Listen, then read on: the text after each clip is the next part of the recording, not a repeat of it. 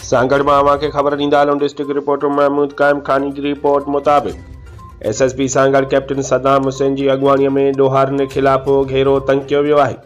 SHO संजोरो Abdul मजीद आराइन 2023 खां क़तल case में रूपोश जवाबदार गुल हसन उर्फ गोशू मरी खे गिरफ़्तार करे वरितो आहे।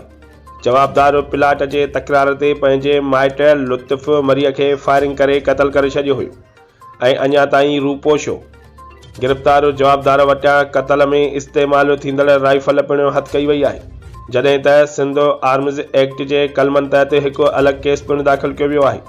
ॿी कार्रवाईअ में इंचार्ज CIA सांगड़ अकबर अली चन्ना जो सांगड़ पुलिस जी मदद सां मंशात फरोश ज़ुबैर अली कलोई खे गिरफ़्तार करे संदसि कब्ज़े मां 170 सिहत लाइ नुक़सानकार गुटका पुड़ियूं हथ करे वरितियूं आहिनि। गिरफ़्तार जवाबदार ख़िलाफ़ मंशात एक्ट जे कलमनि तहत केस दाख़िल कयो वियो आहे।